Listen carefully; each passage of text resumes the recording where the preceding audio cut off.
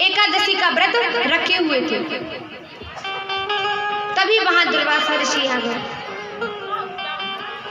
अम्बरीश जी ने स्वागत किया। आइए महाराज।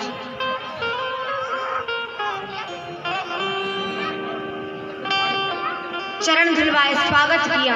संतों का आदर करना चाहिए।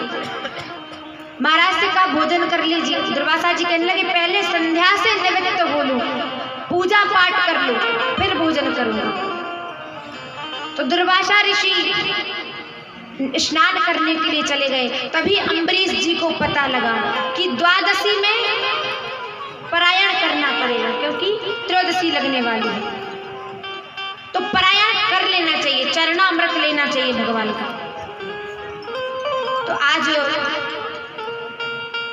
अम्बरीश जी ने भगवान का चरणों दक लेने के लिए जैसे ही हाथ बढ़ाया, दुर्वासा ऋषि तभी आ गए। देखा तो उनको ऐसा लगा कि मुझे भोजन किए कराए बिना ही इसने एकादशी का व्रत तोड़ दिया, परायण कर लिया।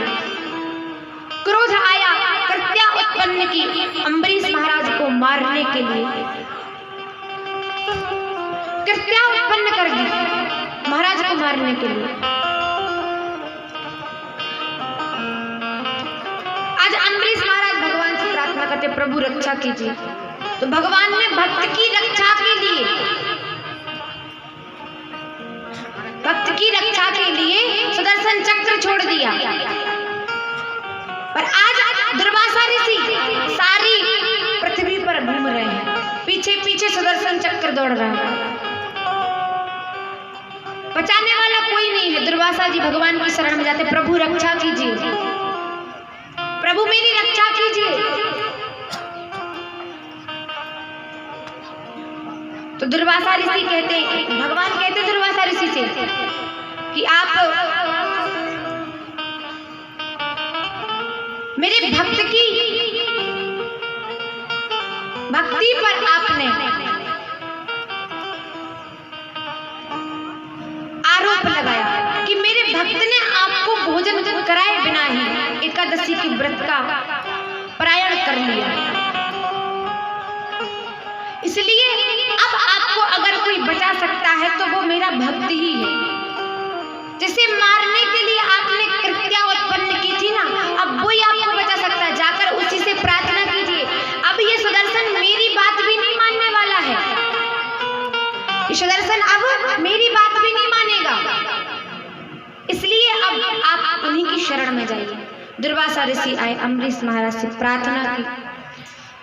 अम्बरीश जी कहने लगे महाराज आप कैसी बातें कर रहे हैं? संतों का आदर करना, सम्मान करना हम क्षत्रियों का धर्म होता है। क्षत्रियों का कर्तव्य होता है कि संतों का सम्मान करें, संतों का हमेशा सादर सत्कार करते रहे, सम्मान करते रहे। कोई बात नहीं, मैंने आपसे कभी मैं क्रोधित ही नहीं हुआ, तो क्षमा क्या करूंगा। आज अम्बरीश महाराज के कहने से सुदर्शन चक्र वापस लौट गया। और इसी वंश में आगे चलकर इक्ष्वाकु नामक एक राजा हुए, उनके यहाँ मान्यधाता हुए। मान्यधाता के यहाँ शगर नामक एक पुत्र हुए, जिनकी 2 पत्नियां थी, सुमति और केसली। पहली पत्नी का एक पुत्र हुआ असमंजस, और दूसरी केसली के यहाँ एक मांस का पिंड हुआ, जिसके उन्होंने 60,000 टुकड़े कर दिए, और 60,000 टुकड़े वो पुत्रों के रूप में परिवर्तित हो गए। सगर के 60,000 पुत्र हो गए। फिर एक बार राजा सगर ने अश्वमेध यज्ञ किया। घोड़े को छोड़ा तो घोड़ा इंद्र चुरा ले गया, और चुरा कर ले गया तो छुपाया कहाँ? कपिल ऋषि के आश्रम में। जाकर घोड़े को कपिल ऋषि के आश्रम में छुपा दिया। अब सगर के 60,000 पुत्रों ने सारी जमीन खोद दी, सारे आकाश को ढूंढ लिया,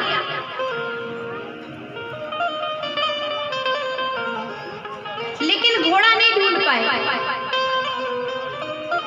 घोड़ा कहाँ छुपा रखा है। लेकिन कपिल ऋषि का आश्रम जब देखा, कपिल ऋषि के आश्रम में घोड़ा छुपा हुआ था, देखा तो कपिल ऋषि पर आरोप लगाने लगे।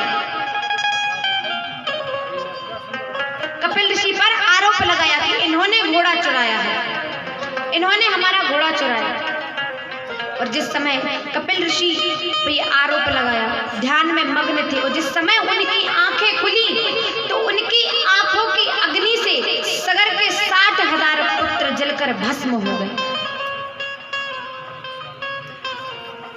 अब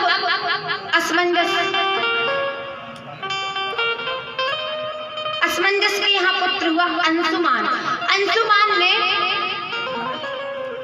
कपिल देव जी से पूछा कि आप बताइए मेरे चाचाओं की मुक्ति का कोई उपाय होगा जिससे मेरे चाचाओं की आत्मा को मुक्ति मिले, कोई तो उपाय होगा। तो कपिल देव जी कहते हैं जब गंगा जी पृथ्वी पर आएंगी तब तुम्हारे चाचाओं को मुक्ति मिलेगी।